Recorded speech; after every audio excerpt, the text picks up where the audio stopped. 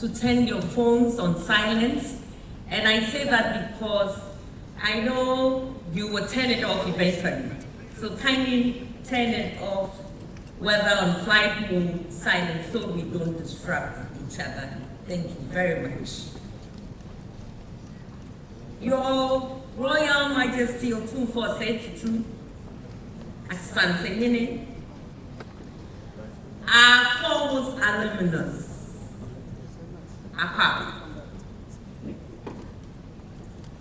The Chancellor of the University of Professional Studies, Dr. K.K. Sapong, Your Royal Majesty, Drolo Goso, Adamate II, Ambassadors and High Commissioners of Foreign Embassies, the Inspector General of Police, the Chairman of the UPSA Governing Council, Dr. Harry Lawson-Agbanu, our distinguished members of the Governing Council present, the Vice Chancellor of the University of Professional Studies, Professor Kwekumbe Nsabaucho, our former Vice Chancellor and Chairman of the DCV Board, Professor Joshua Alabi, former Registress of UPSA, Nanano, Nime, Name, Queen Mothers present, representatives of the clergy and the faith communities here, captains of industry and distinguished business leaders, representatives of academia present, members of faculty, representatives of the media, students, members of the 60th Anniversary Planning Committee present, distinguished ladies and gentlemen, a warm welcome. My grandfather told me that the most important thing in business is to get people's attention. So I would plead with you, I would negotiate with you this afternoon for your attention. We gathered this evening under the theme, leading with integrity, navigating negotiations, mediations, and ethical governance for business sustainability. We have had a closed-door meeting where we dialogued with the Otumfuo and words like fairness, integrity, accountability, and a lot more. And these are the vexed matters we seek to discuss this evening. And so, wherever there are weightier matters to be discussed, we call on the Almighty first. And so I will call on the University Chaplain, Reverend Tete, to usher us into the presence of God. So let's welcome him. Our Heavenly Father, we thank you this evening. We thank you for bringing us together for such a great day like this. We thank you for the life of His Royal Majesty Otumfuo. We thank you for his leadership. We thank you for the life of the leadership of this great university. We pray, oh God, that you will lead us in this great meeting. And when all is said and done, we will lift up our eyes unto you and we will say, oh God, Yahweh, you've done it again. We thank you in the name of God the Father, Son, and the Holy Spirit. Amen. Amen. It's definitely a host, and so the host will set the tone for why we are here and our discussion. And for that reason, I want us to welcome our Vice Chancellor, Professor Kweku Bensamanto, to give us the welcome remarks. Let's welcome him. Public Affairs.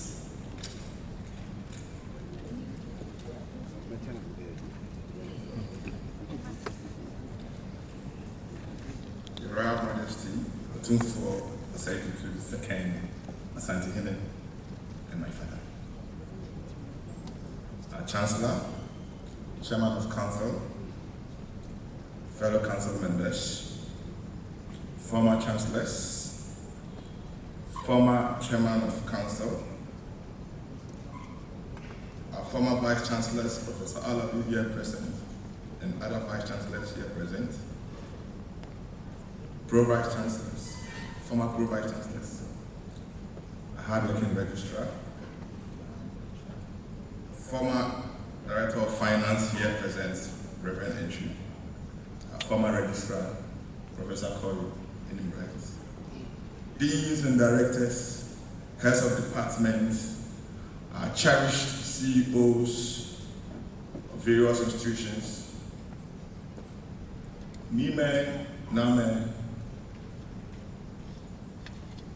Mama Vio, Togbio, our cherished students, our cherished alumni, friends from the media, our honorable guests, distinguished captains of industry, colleagues from academia, ladies and gentlemen, on behalf of the Chancellor and the Chairman of Council, I warmly welcome you to our maiden Ghana Business Leaders Conclave. Indeed, when we launched our year-long UPSA at 60 celebration last August, we marked our remarkable journey by reflecting deeply on the leadership of our nation and in the future, the various demands that is ethical, credible, and secure at forging peace amid complexity. And I always cherish this moment, especially during a visit to wish Your Royal Majesty well. We shared our vision for this business conclave with His Royal Majesty. And thus day, you graciously accepted and expressed eagerness to share nuggets of wisdom on negotiation, mediation, and governance. Today, we are here gathered in that very spirit, made possible by our main sponsor this day, that is GCB PLC.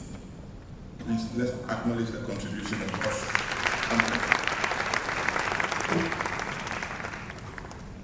We are deeply grateful to the management and board of GCB PLC, especially the board chairman, Professor Joshua Alabi, our first Vice Chancellor. My boss. Our esteemed former Vice Chancellor for their visionary, and also for the former Vice Chancellors for their visionary support, embodying the leadership we celebrate today. Your Royal Majesty, we are profoundly honored by your presence and your gracious acceptance to convene this conclave. Just as the rich kente cloth weaves intricate patterns of gold, crimson, and black, symbolizing wisdom, unity, and resilience, your leadership in Ghana and beyond embodies a rare mastery, calming conflicts rather than igniting them, anchoring decisions in unyielding principle over fleeting advantages, embracing negotiation as wisdom, not weakness, and mediation as a disciplined path to enduring outcomes. His Royal Majesty. The Ghana Business Leadership Conclave, originally conceived as a platform for chief executives and captains of industry, unfold this year in two vital paths. A closed-door dialogue with industry leaders, which we just finished a few minutes ago, and a public lecture for our wider community. Both advance one purpose, deepening our national discourse on leading with integrity through negotiation, mediation, and ethical governance for sustainable businesses. Importantly, this conclave also seeks to shape a new national agenda, building indigenous Ghanaian enterprises that can outlive their founders and endure across generations. Across the world, the most transformative economies have been sustained not merely by successful entrepreneurs, but by institutions and companies that have survived well beyond the lifespan of their original owners. Companies such as Toyota, founded in 1937 and still thriving nearly 90 years later. Ford Motor Company, established in 1903 and operating for over 120 years after its founder, Henry Ford. Siemens, founded in 1847 and enjoying for almost 180 years. Mitsubishi Corporation, whose origins date back to 1870, giving it more than 150 years of continuous existence. And Tata Group, founded in 1868 and operating successfully for over 150 years, demonstrates that enduring prosperity comes from strong institutions rather than individual personalities. Many of these companies have long outlived their founders because they intentionally build systems of governance, succession planning, professional management, innovation, and institutional continuity. For Ghana and Africa, to achieve sustainable economic transformation, we must nurture indigenous enterprises that transcends personalities and become enduring national institutions. Our challenge, therefore, Nana, is not merely to establish businesses, but to build legacies that will serve generations yet unborn. Nana, in my own observation, the longest serving institution in our part of the world is chieftaincy institutions. There's something within this institution companies must learn. Indeed, it is rare to find a Ghanaian company outliving its founder in our part of the world. Just this Monday, Uncle, who shares his morning wisdom with the nation, strive to conduct a rigorous research whether we have any third generation Ghanaian company, and the answer is no. But when I sat back, the answer is yes, because in a part of the world, it's always difficult to document what we have. The difference is documentation and sustainability of our institutions. Your Royal Majesty, with your gracious blessings, we humbly envision the Ghana Business Leaders Conclave becoming an annual gathering for chief executives, young leaders who have just established businesses, policymakers and captains of industry across Africa, convening at your feet to draw on your wisdom.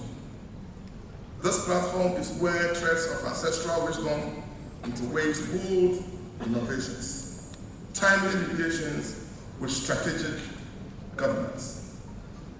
Let this be our shared legacy, inspiring leaders continent-wide to weave enduring prosperity. To our distinguished business leaders, thank you for answering this call.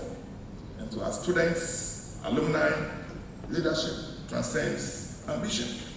Indeed, it's a character forged under pressure, as enduring as Kente's timeless brief. Nana, thank you this day. But once again, thank you. Please help me express my profound gratitude to your Royal Majesty, Otumfuo. We welcome you.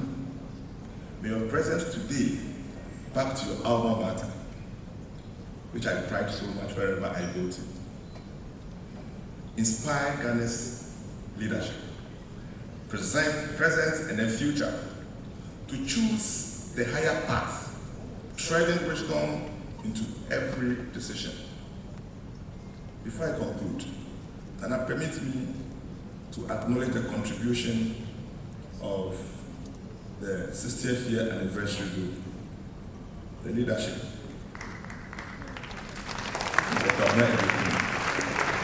Mr. Francis Gaza, and the adults, Patricia Kobia. Thank you so much.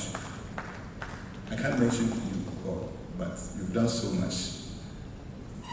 At UPSA, we always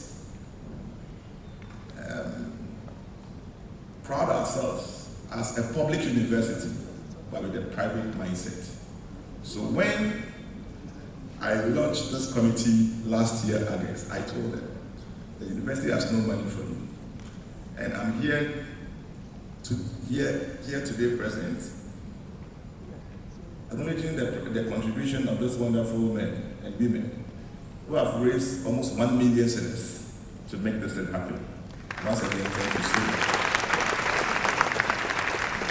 And I'm also deeply honored to appreciate the advice our first Vice Chancellor always shares with us, that you do the work, I take the honor. They've done it, I am taking the honor.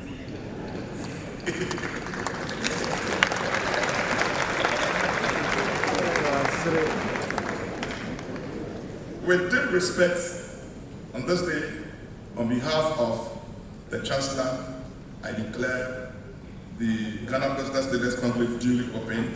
Thank you for your attention. Thank you. Thank you very much, Professor Malto, for the most befitting words of welcome. We give you the honor. We will do the work.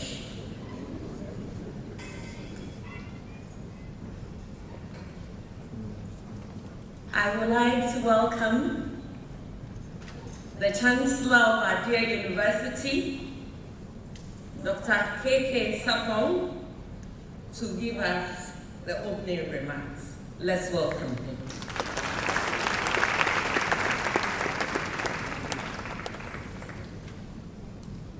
Mrs. Abalik, Your Royal Majesty, Otumfuo II, yes, distinguished ladies and gentlemen, claim your indulgence to stand on protocols already established. Secondly, I have the privilege to be here because I'm the Chancellor. And I wish to thank the organizers for the wonderful job done. Business leaders undertake negotiations, mediations, and uphold best governance practices towards ensuring the viability and survival of the entities they lead. Efficient delivery of these tasks hinges on integrity. Distinguished ladies and gentlemen, nations are built on the integrity of their institutions, and institutions are sustained by the integrity of their leaders. In the business world, and there's no doubt about this, sustainable enterprises depend on principled leadership, which is a goal shared by all of us gathered in this business conclave. It is important, therefore, that we lead with integrity. Against this backdrop, the theme for this session, for this celebration, quote, leading with integrity, negotiations, mediation, and ethical governance for business sustainability is very appropriate. I have no doubt that the business leaders gathered here have sterling credentials in leadership. By sharing our experiences and insights, we can further enrich one another and strengthen our capacity for excellence.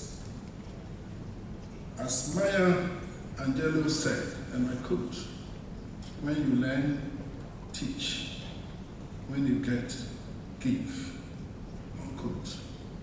Her words underscore the importance of sharing knowledge and experiences with others. It is this very spirit that animates this business leaders conclave, which offers a unique opportunity to engage on how integrity-driven leadership can foster sustainable businesses.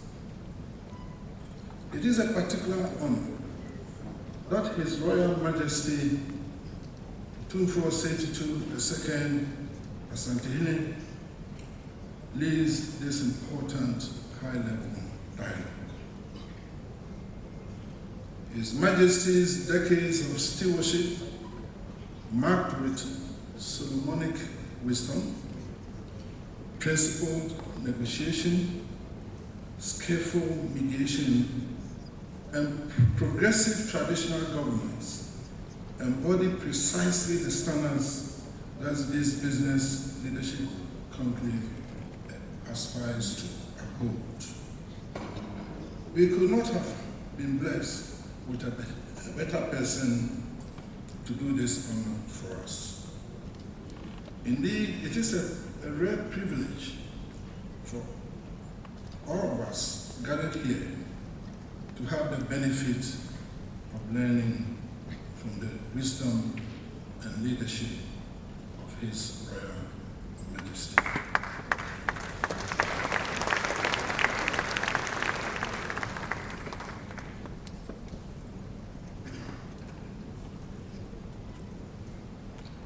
As tradition demands, even though it's a dialogue, we cannot ask His Majesty questions.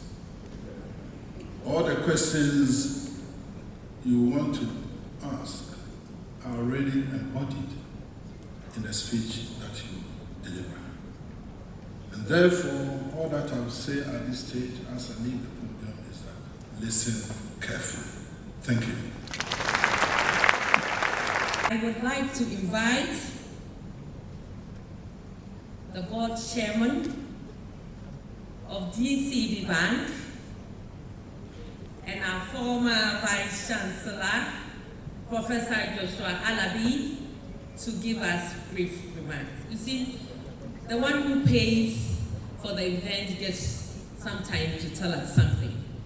And I would like to specially acknowledge the role Professor Alabi played in getting us all the funds that we use. So thank you so very much for coming as we welcome coming in.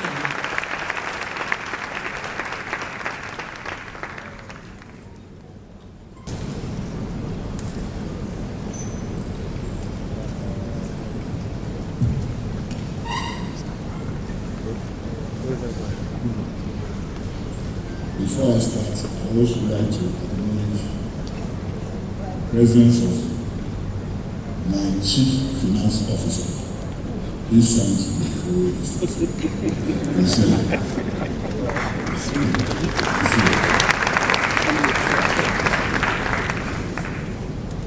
Your Majesty, Otumfuo II, the Vice Chancellor of the University of Professional Studies, all other protocol observed. On behalf of the board and management of GCB Bank PLC, I wish to express our sincere appreciation to the leadership of the University of Professional Studies, ICRA, for organizing this important Ghana business program and for creating a platform that brings together leadership, academia, policymakers, and industry to discuss the future of our country, and for that matter, our continent. We are particularly honored by the presence and the profound insights shared by His Royal Majesty Otumfuo II earlier this afternoon. His address once again demonstrates visionary leadership, deep wisdom, and an unwavering commitment to national development, private sector growth, youth empowerment, and African progress. At GCB Bank, we strongly believe that institutions grow and nations prosper when knowledge, leadership, and enterprise are brought together. That is why we are proud to be a major sponsor of this program. Supporting initiatives such as this is fully aligned with our mission as Ghana's leading indigenous bank. A bank committed not only to financial service, but also to education, innovation, entrepreneurship, and national transformation. It is the only bank that has 184 branches doing business across the length and breadth of this country. For over 7 decades, GCB Bank has remained a trusted partner to businesses, public institutions, SMEs, and the general public. With our wide national footprint, strong digital transformation agenda, and commitment to customer excellence, we continue to position ourselves as the bank that supports Ghanaian dreams and drives economic growth. We commend UPSA for consistently promoting thought leadership and practical engagement between academia and industry, and that is the way to go if our young ones are able to perform. This is an institution that believes in education and transformation, but not certification. Partnership between universities and corporate institutions are essential if we are to build the next generation of ethical, innovative, and globally competitive leaders. Let me assure you that GCB Bank will continue to support initiatives that inspire ideas, promote enterprise, and contribute meaningfully to Ghana's development. Thank you very much, GCB World Bank for Life. And God bless.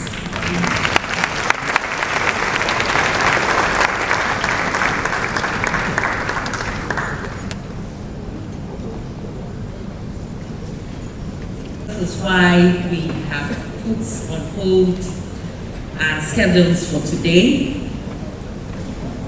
while we have held off appointments just to hear Otumfuo speak to us. Today we have come to the lecture room to learn, away from the boardroom. And I know that we will all live here different than we came. We would have learned a lesson or two about integrity, about fairness, about transparency, and about accountability. There are leaders who hold titles, and there are leaders whose very presence reorders the room. There are those whose words carry the weight of wisdom, and over decades of service, sacrifice, and state craftsmanship. Our royal lecturer this evening needs no introduction, for his life and reign have already spoken volumes. He has demonstrated time and again that true leadership is not about how loud one's voice is, but the depth of one's integrity. That lasting peace is built not on force, but on trust. And that a leader who negotiates with honor leaves a legacy that allows outlast any transaction. Ladies and gentlemen, I give you Otumfuo II. Before he gives his lecture, I'm sure the appellations will start before he comes.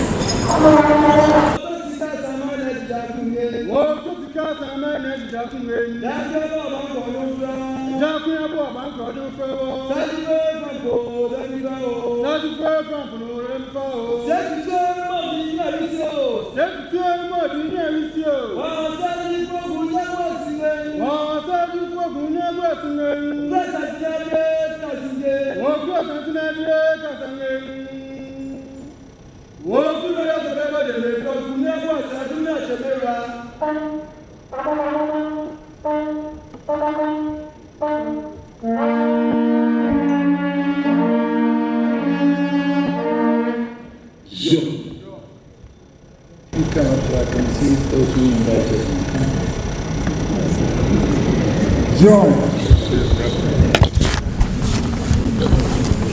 Look at the people who invited me. Come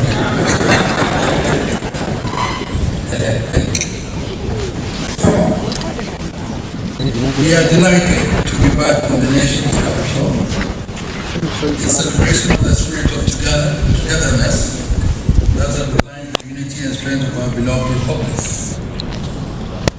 We are delighted to return to the warm embrace of our cherished alma mater. And as always,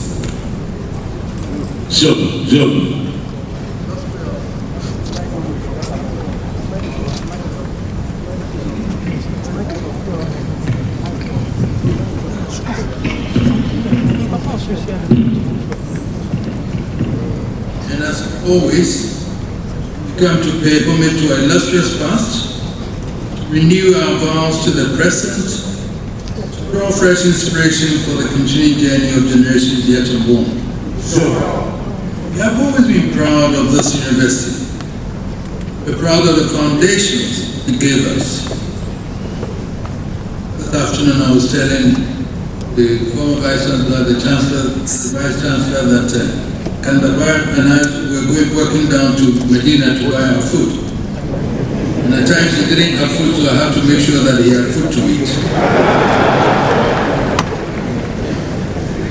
He gave us, proud of the contribution it has made, and proud of the men and women it continues to produce for the service of Ghana, Africa, and the world.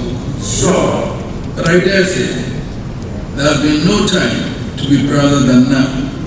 Today, this university opens new grounds with a highly innovative initiative for which the leadership deserves the highest applause.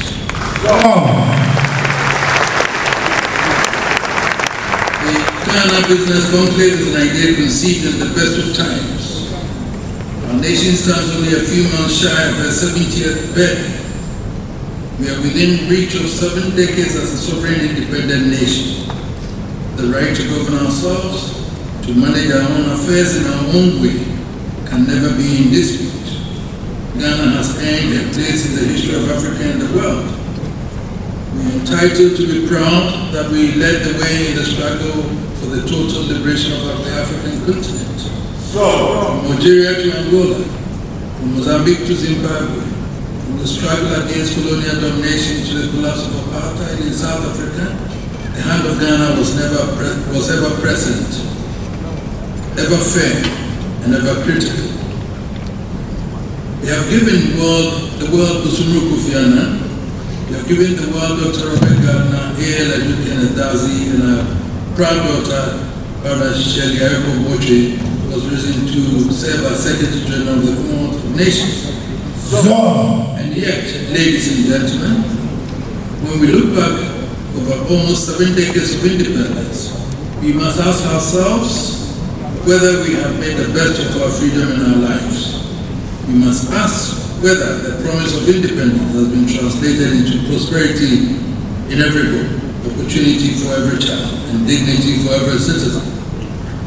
There is no truer measure of our national progress than the state of the economy. It is the economy that determines whether we are able to provide food for the table, shelter for families, clothes for children, education for our people, healthcare for our communities, and safety for our homes. By any measure, every Ghanaian will hope that our best years are still ahead. But we must be honest enough to admit that the past decades have been too dominated by politics, and not always by politics of the kind that builds nations. Allegiance to party has too often been stronger than allegiance to the state. We have sung the praises of politicians and ignored those whose toil, innovation, and enterprise drive nations forward. After almost 70 years, the lesson is clear. We have had enough of talking. Ghana must now become a nation of builders.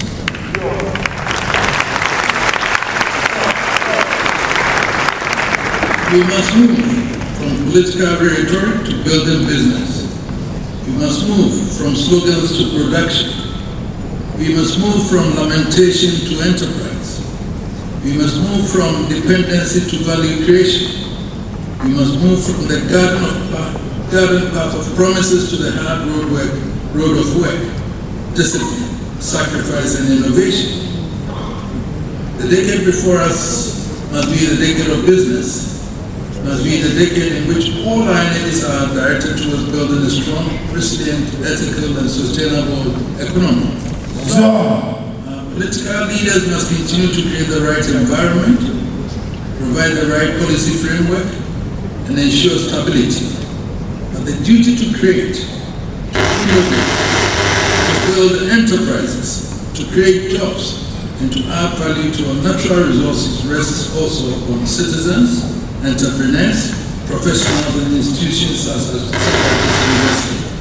university. In today's world, business is a driver of prosperity. in the United States, in China, in India, in Japan, in Singapore, in Vietnam, and across the rising economies of the world, prosperity is being driven by enterprise, innovation, technology, creativity, and bold leadership. This is why I'm proud of the leadership of Otumfuo Center for Traditional Leadership housed within this university, for recognizing the demands of the future. This conclave has the potential to make a turning point in national orientation. Since the beginning of time, leadership has been key to the success of society. In peace and in war, nations are as great as the leaders who not only fly the flag, but also create and sustain the building blocks on which the strength of the nation depends. Sadly, in Ghana, my recent experience shows how deeply conflicted we have become about leadership. Every 4 or 8 years, we welcome leaders with great hope. Yet too often, loyalty is short-lived, trust is fragile, and our heroes soon end up in the depths of disappointment.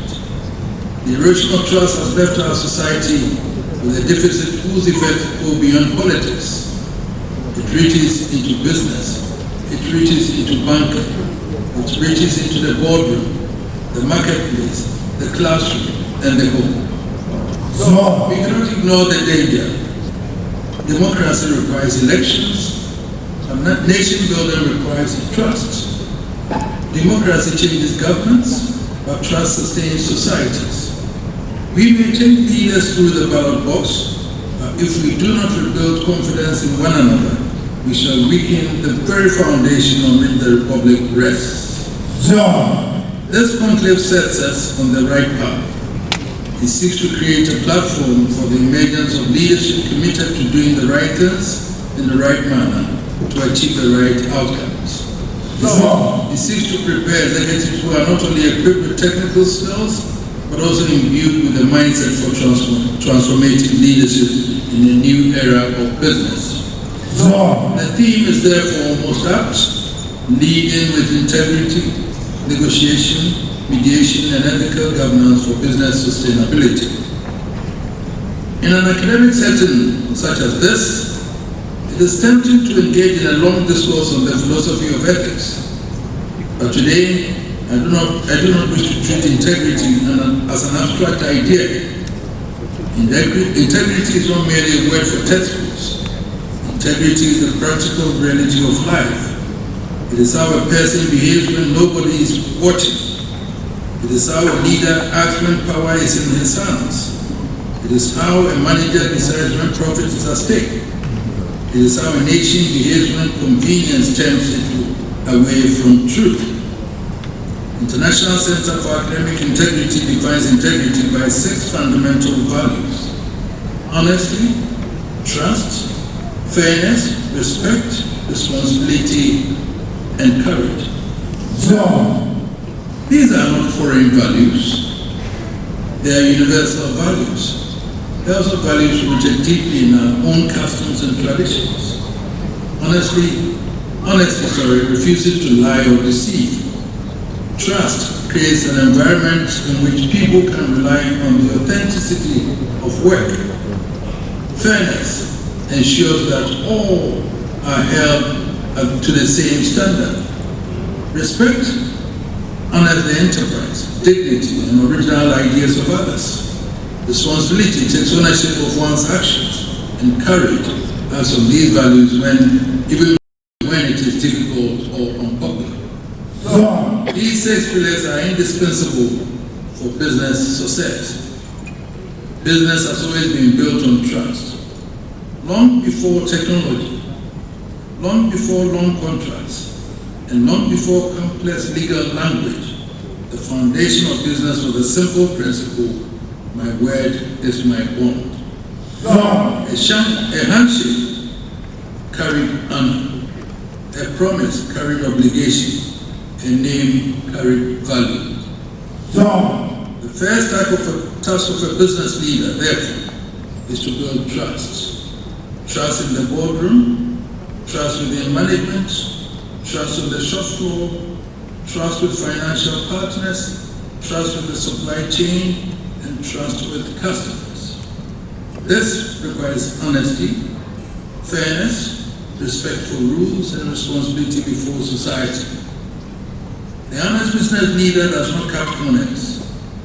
He does not think it is clever to avoid statutory obligations. He does not cheat the state and then complain that the nation is weak.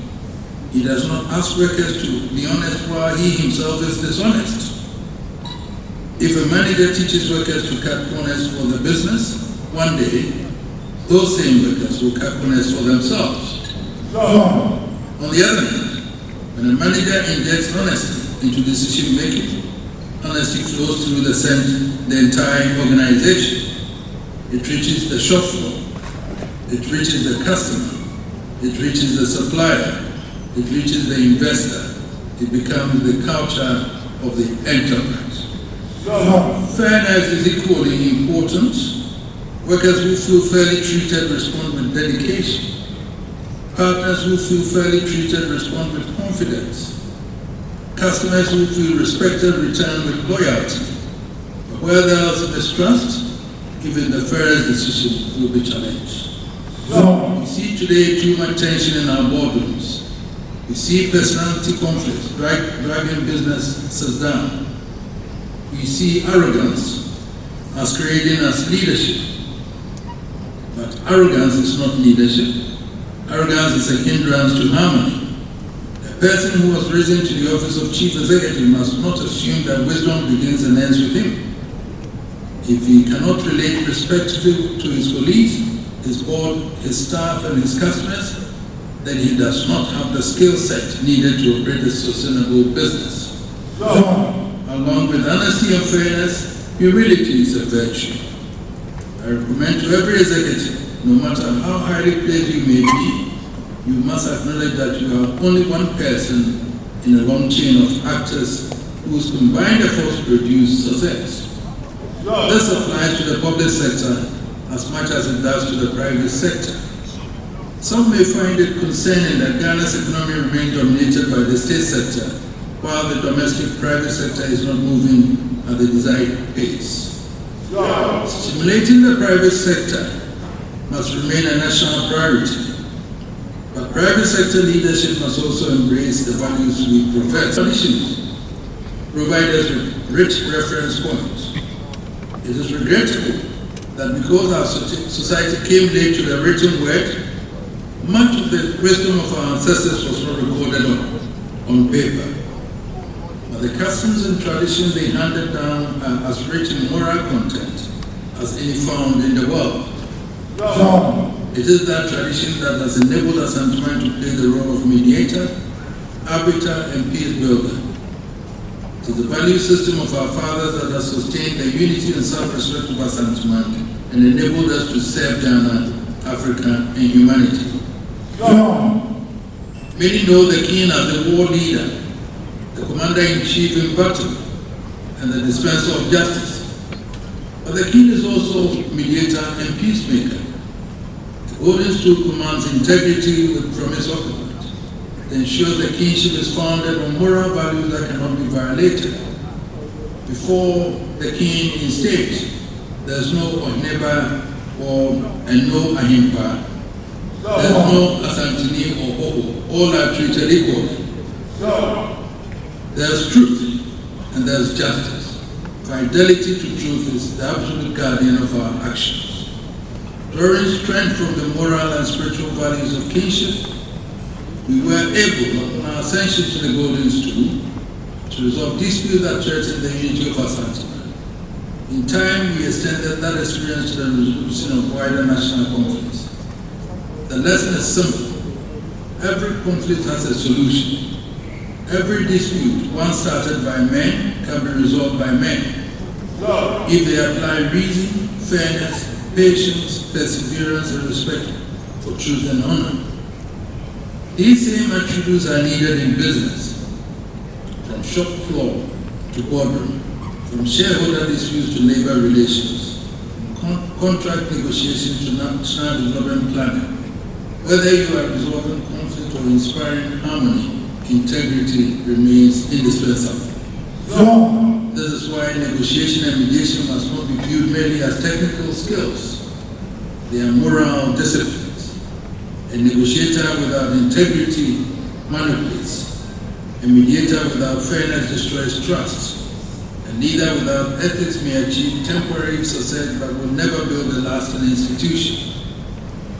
The circumstances of today compel me to cast my mind back to the roots of this beloved university. Our country is only a few months short of 70 years.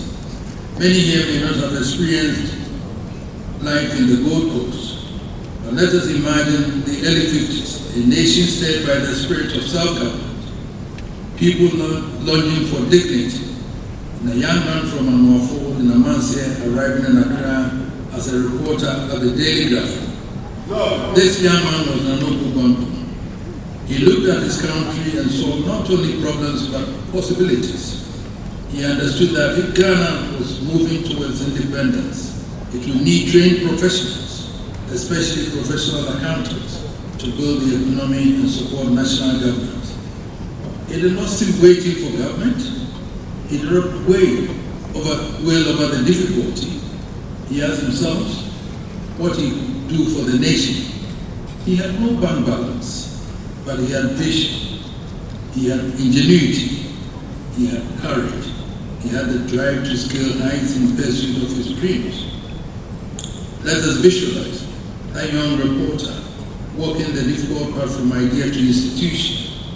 What began as a dream in difficult circumstances has today become the University of Professional Studies.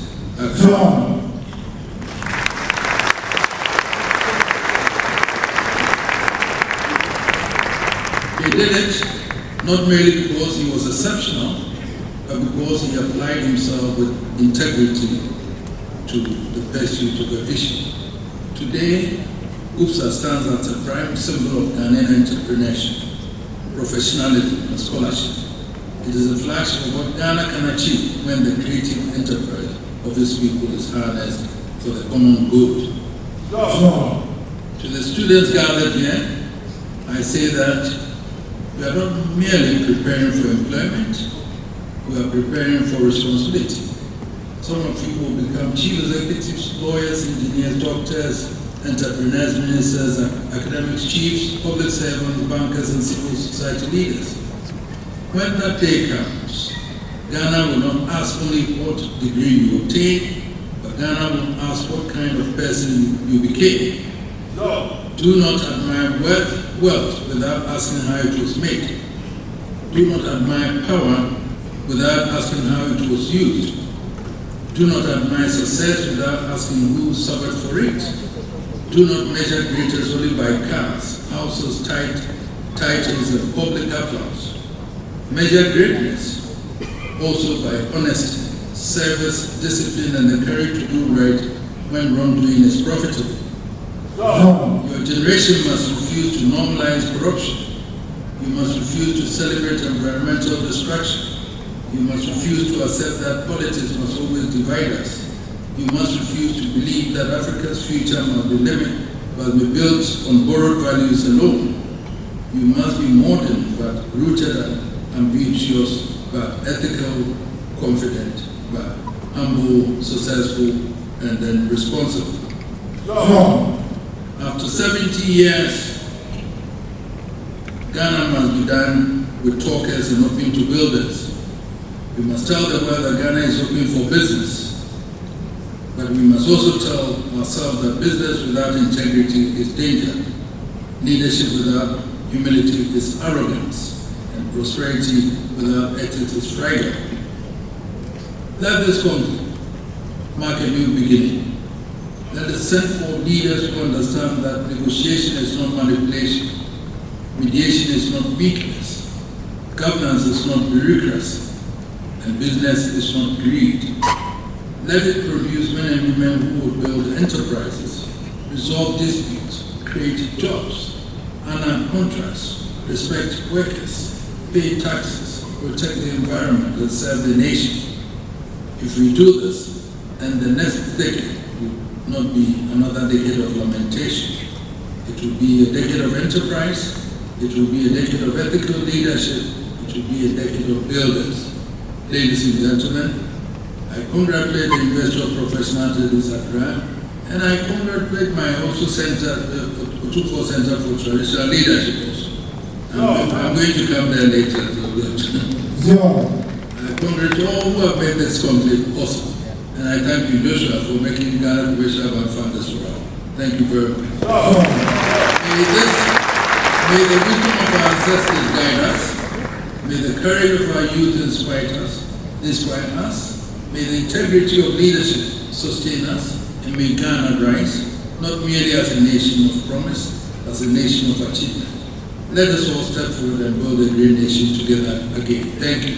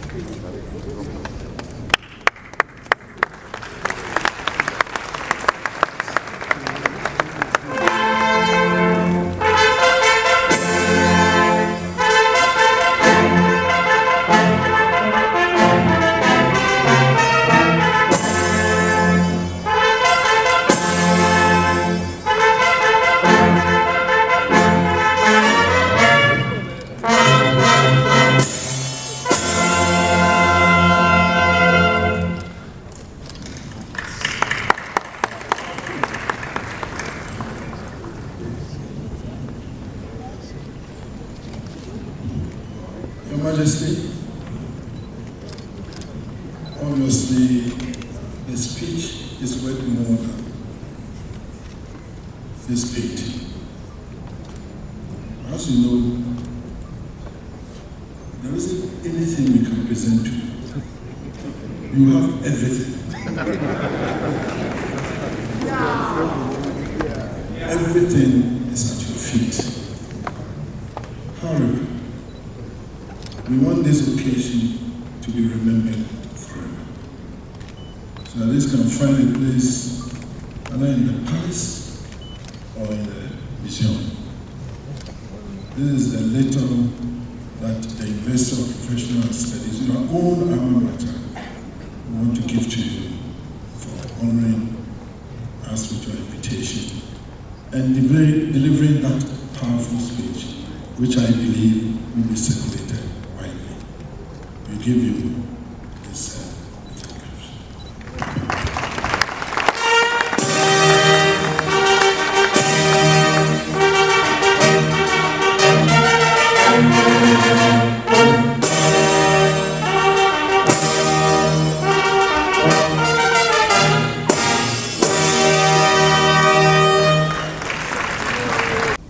Your Royal Majesty, Otumfuo II, the Ashanti, my Chancellor, members of the Governing Council, and my Vice Chancellor, all protocols observed, I have no doubt that everyone here, even the most ardent skeptics, would agree with me that our engagement today has been a masterclass.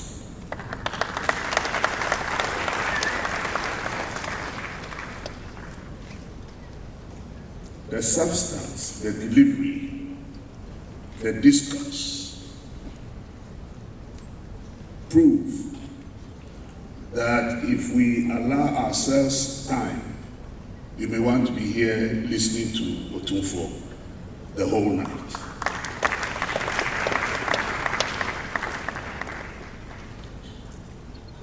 Distinguished business leaders, Nime, Name, Nananu, Togbio, Mamao, colleagues, ladies and gentlemen,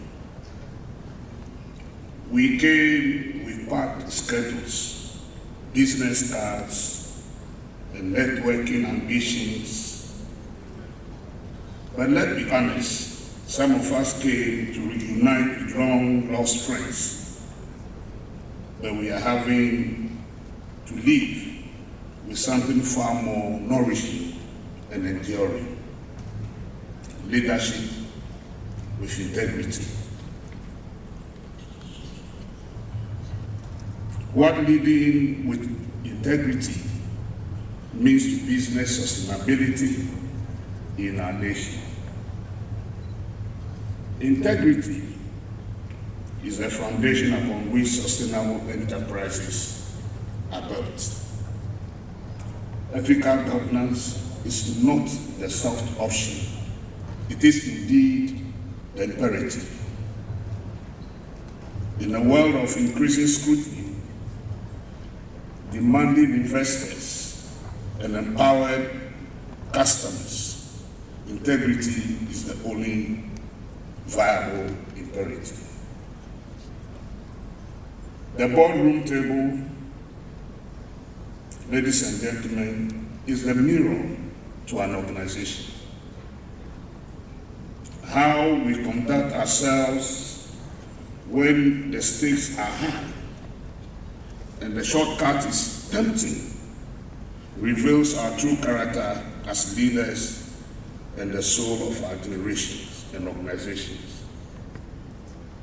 At UPSA, we are committed to molding men and women of principle who understand that a deal struck with integrity always outlasts a deal struck with deception. And indeed, Otumfuo has recounted this to us. History shows that, proves that. We have invested our time in something worthwhile today. Now, let us invest our convictions in our boardrooms, at our negotiation tables, and in the quiet moments when nobody is watching. Ghana's business future will be built by leaders who choose to do right, even and especially when doing wrong appears more attractive and easier. That is the standard. Let us uphold it. Thank you very much. God bless Ghana and make her great and strong through our individual and collective choices and actions. Thank you. Oftentimes, when such royalty meets with academia, our words are very limited, and the summary of it is just to say thank you. But today I'll try to weave a few words around it, so that like the wafts and the wefts of the kente cloth, we would have a few deliveries for His Royal Majesty for doing us such honor. So on behalf of the management, staff, faculty, students, and the entire student body of the University of Professional Studies, I stand with deep humility this evening and profound gratitude to express our heartfelt appreciation for your esteemed presence at this business gathering and the conclave earlier held. Your Royal Majesty, it is a great honor and joy to once again have you to honor your presence, to honor us with your presence, for this elevated occasion beyond an academic gathering, turning it into a royal and national moment of reflection on leadership, ethics, and sustainable developments. We are especially grateful for your wise counsel and the rich traditional and moral philosophy you continue to share with Ghana and the world at large. Indeed, you do not limit your reign to your kingdom. Over the decades, you have shared your values of nobility, integrity, reconciliation, and visionary leadership with us all. Values which sit at the very heart of today's theme. Values which, when imbibed, will propel the business community and the nation forward. As we reflect on ethical governance and mediation, we are reminded that in Ghana, leadership has always been rooted in wisdom, fairness, and peace building, principles that continue to inspire modern governance and business practice. Otumfuo, we are grateful. We are indeed very grateful. To our Chancellor, Dr. K.K. Sako, we are very grateful to you for always standing by and behind us, and in fact, faulting us when necessary to propel the name of the university forward. To our former Chancellor, our former Chair of Council, our current Chair of Council, Dr. Harry Agbanu, we are grateful to you all for honoring our invitation today. To the business community, what can we say? Without you, this program wouldn't have been a success. As much as you claim from us, we also depended on you to make this occasion a successful one, and we are very, very grateful. As we embark on our journey home, we want to say that we pray the Lord's guidance to lead you all. To your Royal Majesty, as you take leave of us today, we say Nyame Shira and Patenten and Nyansa Fufuo upon you. May the Almighty God continue to grant you strength, wisdom, and good health as you sit in state of Asanteman and continue to serve as a beacon of peace and moral leadership across the world. Once again, we say Ayiko Kesiepa to your Majesty and to you all for having contributed to the success of this distinguished event. Thank you very much. Once again, I will bless you so much for a successful program. You started with us and you have seen us through. We thank you for that piece of wisdom that has been shared to all of us. We ask, Holy Spirit, that from here we will manifest that grace. The wisdom that has been shared will be seen in our day-to-day work as leaders in our various places of work. We thank you. Lord, you brought us in safely. We pray for His Royal Majesty, even as you carried him on your wings and you brought him here to come and share with us. We pray that your Spirit will carry him home. And with his entourage, let your mighty grace be with them. We thank you for all who are here, sitting under the sound wisdom of this great man that you have given to this nation. We pray that, Lord, you will go with us when a new dawn breaks. We will say thank you for all that you have done for us. We bless you in the name of the Father, Son, and the Holy Spirit. Amen.